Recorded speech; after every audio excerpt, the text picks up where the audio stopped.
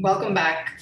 I'm Megan Swan, a mindset and wellness coach specializing in plant-based living, detoxification, stress management, yoga, meditation, and all things wellness. So welcome. Today, I wanted to give you 5 things you need to cultivate total wellness. I was recently asked in an interview to break it down in terms of spiritual wellness, mental wellness, physical wellness, and emotional wellness. And I will be giving you 5 things to consider that really help you cultivate all 4 of those aspects of total wellness. So, number 1, I think it's kind of underrated, but really pivotal is your sleep cycle. When you start to honor your sleep cycle, it can be life-changing. And I think for most mothers out there, when they don't get to a place similar to where they were pre-children in their sleep cycle, it can be really detrimental to their mental health, their mental wellness, and it just kind of spirals because it is a cycle and it affects so many other things throughout your day, the decisions you make, the food choices that you make, whether or not you're motivated to exercise, whether or not you're motivated to do all the other self-care things you may or may not know you should be doing. And most importantly, I think, is our sleep is, like I said, underrated. We do all of our sorting of memory, meaning our system decides, usually through a dream process, or at least that's one theory, whether or not things that happened to us that day need to be stored in short-term memory, long-term memory, or just forgotten about. And it also is the time of day that your system is doing the deeper levels of healing. So, as simple as if you have a cut on your finger, that's when it's being healed at night when you're in rest and restore mode. But also on a more profound level, if your system is fighting off any sort of sickness or potential chronic disease is bubbling up because of consistent low-level inflammation based on many things, the stress in your life, what you're consuming in terms of your diet, how much alcohol you're consuming, or are you smoking, all these things, other toxins in your environment, etc. So sleep, can you do to get it on a whole other level? Well, I suggest you try getting up at the same time every day, even if that means for you that you're getting up much earlier than you used to on the weekends.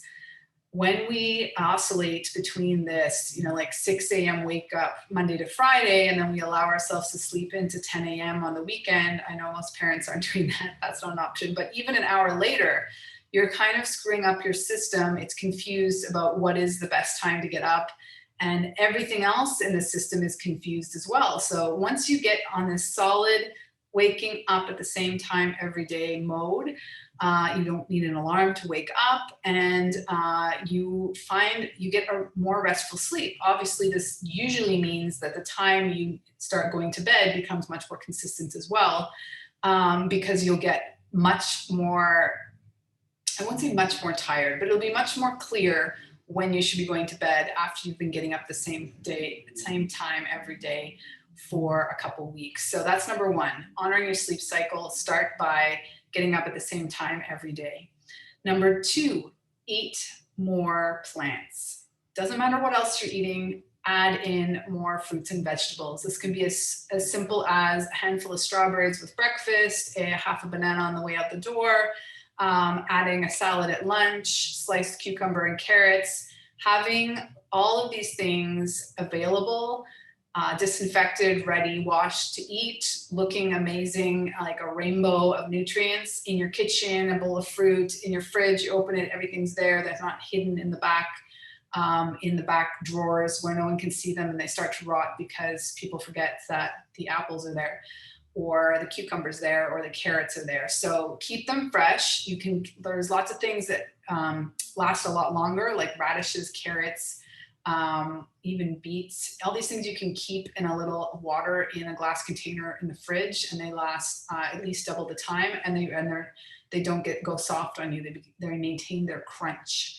So just add in a few more fruits and veggies every day. Try and get 5 fruits and veggies minimum in your day every day.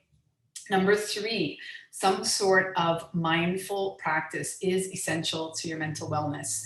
Now, what does that even mean? Well, it can mean a lot of things, and a lot of people are already doing it and they don't know it, and because they wouldn't define it that way. But I'll give you an example of my grandfather who passed away many years ago, but he would have defined, going for a canoe on the lake, or probably even, his work around the cabin. That was like a spiritual practice, in a sense, a mindful practice for him, and that it allowed him to be present in what he was doing, and not focus on other stressors or world events or things that might be crossing his mind, right? So for you, that might look like, the all trendy meditation or breathing exercises.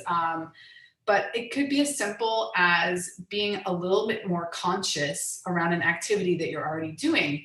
For example, maybe you, like drinking a coffee or a tea every morning and reading the paper. Well, you can do that. And then maybe you just, for 2 minutes, you stare out the window and you notice the trees. Like you watch the trees blow in the wind, or you watch clouds change, or you're watching a sunrise, or you're watching a little bird do its thing. It maybe sounds silly, but these mindful being, it brings us into the moment in a way that we're not accustomed to anymore.